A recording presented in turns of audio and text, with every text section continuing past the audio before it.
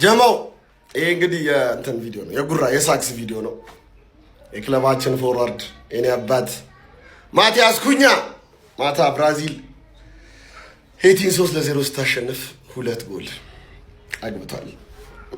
እንደ አንድ የዩናይትድ ደጋፊ ያው ኮርቻለሁ። አንዱ ደግሞ ቪኒ ነው ያገባው። ኩኛ ይመችሽ፣ ከነ ሃላንድ ከነ መባፔ እኩል ሆነሻል። ይመቻችሁ። የጉራ ቪዲዮ ነው፣ እንደሰክስ ነው የመጣሁት። እንቅስቃሴዎች ሁሉ ዳንስ ናቸው። እንደንስንጫወት እናሳያቸው። እንቅስቃሴ ኩኛ አባቴ እዛው ጨፈረው ይላል አባቴ። ሲጨመር ለብራዚል አንድ ለእናቱ የቁርጥ ቀን ልጇ ኩኛ ያላት ምን ሌላው እኮ እናውቋለን እኮ ዋቴ እኮ ነው። ግን ኩኛ ፕሊስ አረጋጊው። አንቺ ምንድን ነው ልበሉ እንዲያተ ተረጋጋ ኩኛ። አንተ ከቻልክ አስቸጋሪ ነው። ትንሽ ቀነስ አድርጌ ወይኔ ለፖርቱጋል ይፈልጓለሁ። ደግሞ ተጫዋች እንድሮ አትጠቀሙት እናንተ አትጠቀሙት፣ ጉልበቱን አትብሉት። አይኔ በላችሁ መጥሻቦ የኔ አባት። ዓለምን ዳንስ በዳንስ እያደረጋት ይገኛል ማቲያስ ኩኛን የሚያክል ተጫዋች 61 ደቂቃ ድረስ ቁጭ አድርጋ ሞሮኮ ጋር 1-1 ወጣ ማለት ነው። ከገባ በኋላ ሲያደርገው የነበረውን እናስታውሳለን። ዛሬ እንግዲህ 3-0 ስታሸንፍ ብራዚል 2 ጎሎች አስቆጥሮ፣ አንደኛው ጎል ቀላል ሊመስላችሁ ይችላል። ቪኒ ሹት ያደረገው ኳስ የተተፈው ግን መነሻው ሐሳብ ራሱ እሱ ነው። ሐሳቡ የመነሻው ሐሳብ የጎሉ ፓስ ያደረገለት ኳስም ለቪኒ እሱ ስለነበረ ከዛ ውጭ በጣም ታጋይ ነው። ባክ እያደረገ ቲሙን ያግዛል፣ ቻንሶችን ክሬት ያደርጋል። በጣም ጨራሽ ነው፣ ሃርድ የሆነ ጨራሽ። እንዲህ እየደነሰ ዓለምን ዳንስ በዳንስ አድርጓታል። ብራዚልም 4 ነጥብ እንዲኖራትና ቀጣይ ምድቧን ለማለፍ ጥሩ ቦታ ላይ ተመቻችታ እንድትቀመጥ ቆንጆን ስራ ሰርቷል ማለት ነው። ካርሎ ድጋሚ ስህተት እንዳትሳሳተው የሚል መልእክትን በዳንሱ ገልጾለታል ማለት ነው። ሌላኛው ተጫዋቻችን ካሲሜሮም ያው ከዚህ በኋላ ባይኖርም ተጫዋቻችን ስለሆነ ሌላኛው ተጫዋቻችን ካሲሜሮም ጥሩ እንቅስቃሴን ያሳየው። እንዲሁም ደግሞ አዲስ የገዛ ነው ከአትላንታ ኤንደርሰን ተቀይሮ ገብቶ ነበር። 10 ደቂቃ ወቅ አድርጓል። 1 ኳስ አባክኗል። ማርቲኔሊ አስቆን ወጥቷል። ሼር፣ ኮፒ ሊንክ፣ ሪፖስት ማድረግ እንዳይረሳችሁ። ፎሎ ደግሞ ግዴታ ነው። አዲሱ አካውንታችን ስለሆነ ገና 12 ሰዓት የሌሊቱን የቱርክን ጨዋታ እንመለከታለን። ይመቻችሁ። ቫይላቪኒ ብራዚል እንግዲህ ሃይቲን 3-0 በማሸነፍ ከሞሮኮ ጋር ተመሳሳይ 4 ነጥብን በግሩፕ ሲ ላይ መያዝ ችላለች። በዚህ ጨዋታ ላይ ብራዚሎች እንግዲህ 3 ጎሎች ማግኘት የቻሉት 2ቱን ከማቲያስ ኩኛ እንዲሁም ደግሞ አንዱን ከቪኒ ጁኒየር ነበረ። ቪኒ በዚህ ጨዋታ ላይ 1 አሲስት ማድረግ ችሎ ነበር። ኦልሞስት 3ቱን ጎሎች ላይ ቀጥተኛ ተሳትፎ ነበረው ማለት ይቻላል። የመጀመሪያዋ የኩኛ ጎል ስትቆጠርም እሱ ሹት አድርጎት ግብ ጠባቂ ተፍቶት የተመለሰውን ኳስ ነበረ ኩኛ መልሶ ማስቆጠር የቻለው ማለት ነው። እኔ በበኩሌ ካርሎ አንቸሎቲ ፍሮንት ሱሪያቸውን እንደዚሁ ባይነካኩት አሪፍ ነው ያስባለሁ። ኩኛ ከኢጎር ቲያጎ አስቀድም የሚመርጠው አይነት ተጫዋች ይመስለኛል። ለሊንካፑም እንዲሁም ደግሞ ጥሩ የሚንቀሳቀስ ተጫዋች ነው ብዬ ስለማስብ ማለት ነውና የፊት መስመሩ ጥሩ ፍሎ ነበረው። ቪኒም ኩኛም እንዲሁም ራፊናም ጥሩ ጥምረት እንደነበራቸው ዛሬ ተመልክተን ነበር። መጥፎ ነገር ራፊና ዛሬ በጉዳት ምክንያት ከሜዳ ተቀይሮ ወጥቶ ነበረ። ያ ጉዳቱ ደግሞ ከበድ የሚል ከሆነ ከዚህ ዓለም ዋንጫ ሙሉ በሙሉ ውጪ የመሆን እድል እንዳለው እንግዲህ መረጃዎች እየጠቆሙ ነው የሚገኙት። ያለ ብራዚል በጣም ትልቅ ስጋት ይመስለኛል።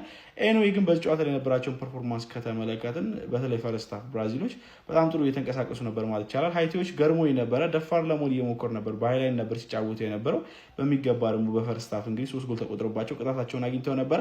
ሰከንድ ሃፍ ምንም ጎል አልተቆጠረም በጨዋታው ላይ። ግን ሃይቲዎች ለመመለስ ጥረት አድርገው ነበር ባይሳካላቸው ማለት ነው። ኤኒዌይ እናንተ ስለዚህ ጨዋታ ምን ትላላችሁ? ይሄ ዓለም ዋንጫ ማለት ነው በቃ እንቅልፍ እስኬጁላችሁን ውዝግብግቡን ነው የሚያወጣው ነው የምላችሁ። አይ ጀግና እኮ ነው ቴዎድሮስ። ማቲያስ ኩኛ አኩርቶናል። በሌሊቱ ጨዋታ ለብራዚል 2 የማሸነፊያ ጎሎችን አስቆጥሯል።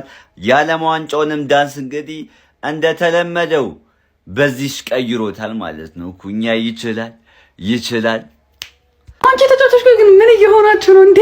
ኩኛ ብለክ በግራግር ከሄም የመሰለ ጎል ማግባት ጀመርክ። የመጀመሪያውንም ኩኛ ያገብ ዓለም ዋንጫው አሁን ገና ሙሉ ሆነ። ኩኛ ሰለብሬት ሲያደርግ ለማየት እኮ ነው። ኩኛ ማለት ብሬስ ሰርቷል። ለብሬስም ክሬዲት እየሰጠን እንግዲህ የመሰለ ጎል በግራ ዓለም ዋንጫውን ሙሉን ያደርግ ነው። ቪኒሲየስ ኩኛ ፓኬታ ያንሳፈፈው ነው። ብራዚል ገና በ45 ደቂቃ ሃፍ ታይም ላይ በምንገኝበት 3-0 እየመሩ መውጣት ችለዋል። ሃይቲ ማለት ነው። በጣም አስፈላጊ ነው። ብራዚሎች እንግዲህ ኮንፊደንስ አጥተዋል። ሞሮኮ ጋር እንግዲህ በትግል ነበረ ነጥብ ይዘው መውጣት የቻሉት። ለስኮትላንድ ጨዋታ በጣም ተዘጋጅተው መግባት አለባቸው። ሞሮኮ ራሱ ዛሬ አታግላት 1-0 ጨርሶ ይተወቃልና ኩኛም ዛሬ አንሰሩ ይመስል ነበር። ኢጎር ቲያጎ በጣም ካስበላቸው በኋላ ኩኛን እንደ ፎልስ ላይን አሰልፎት ነበር ዛሬና ባላንስ በጣም ሰጥቷቸዋል።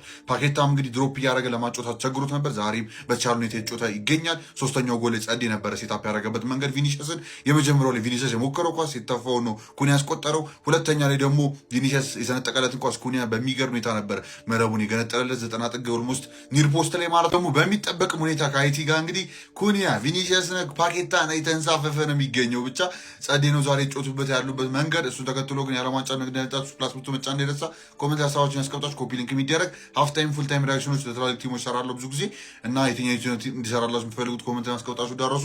ሁሉንም ግን ሰራለሁ አብዛኛውን ጊዜ። ብቻ እንቀጥልበት። እዛ ደግሞ ሶስተኛው ላይ እንደነገርኳችሁ ፓኬት የሰጠውን ኳስ ቪኒሲየስ ቀለል ባለ ሁኔታ መሬት ለመሬት ሎጬ ነው አይ ቲንክ በረኛውን የሚሰራው አግብቶታል ማለት ነው። ብራዚሎች ሃፍ ታይም ላይ እንግዲህ የተንሳፈፉ ይገኛሉ። ምናልባት ደግሞ ሌላ እናውራበት የሚገባው ኤንድሪክ ነው። ኤንድሪክ ያው እንደምታውቁት ትሬኒንግ ላይ እንኳን በረኛ እጅ እስኪሰብር ድረስ ነው ኦልሞስት የሚመታው ኳስ። በጣም አሪፍ ነገር አሳይቶ ነበርና ለመሰለፉ በጣም ያስገርማል ሲሉ ተናግሮ ነበር የብራዚል ሚዲያ በጣም በተደጋጋሚ ዛሬም። እና ያው ኩኒያ መሰለፉ መጥፎ አይደለም። ምናልባት ግን ፓኬታን አስወጥቶ አይገስ ኤንድሪክ 9 አድርጎ ኩኒያን ሳበብ ያደረገው አሪፍ ነገር መፈጠር ይችላል ብዬ አስባለሁ። ትንሽ ፓሲንግ አቢሊቲ ያው ኩኒያ በጣም አሪፍ ባይባልም ነገር ግን ለማጮት ከበቂ በላይ ነው ብዬ አስባለሁ። ኩኒያ ፈጠን ያለም ተጫዋች እንደመሆኑ ብቻ እስቲ መቃየሩ አይቀርም። ራያን ደግሞ ያው ራፊኒያን ተክቶት ገብቷል። በጣም በሚያሳዝን ሁኔታ ራፊኒያም ጉዳት አጋጥሞታል። ሆፕፉሊ የከፋ ነገር አይደለም። ለብራዚል በጣም ቁልፍ የሆነ ተጫዋች ነው። ስቲል አሁን አላገኘም የሚፈልጋትን ነገር፣ ቦታውን በደንብ አላገኘም ብራዚል ቤት እንደሚታወቁ ራፊኒያ እና እንደዛም ቢሆንም ግን እዚህ ሞመንቶቹ ላይ ሲገኝ እድሎች ሲገኙ ራፊኒያ በማስቆጠር ይታወቃል። አንድ የሚገርም ኳስ ስቶ ነበር የወጣው። አንድ አግብቶ ተሽሮበት ነበር። አንዷን ደግሞ የሚገርም ኳስ ሳይጠበቅ ከራፊኒያ ስቶ ነበር የወጣው። ነገር ግን ከዛ ውጭ ባለው ደግሞ ጉዳት አስተናግዶ ወጥቷል። ሆፕፉሊ የከፋ ነገር አይደለም። ራያን ደግሞ እሱን ተክቶ የመጀመሪያውን የዓለም ዋንጫ ጨዋታ ማድረግ ችሏል ማለት ነው። ከጨዋታ በኋላ እንገናኛለን። 3-0 ነው አሁን ያለው። እስቲ እዚሁ ላይ መገመታችሁ እንዳረሱ ስንት ለስንት ያልቃል ይህ ጨዋታ። ቀጣይ እስክንገናኝ ድረስ ብቻ ይመቻችሁ።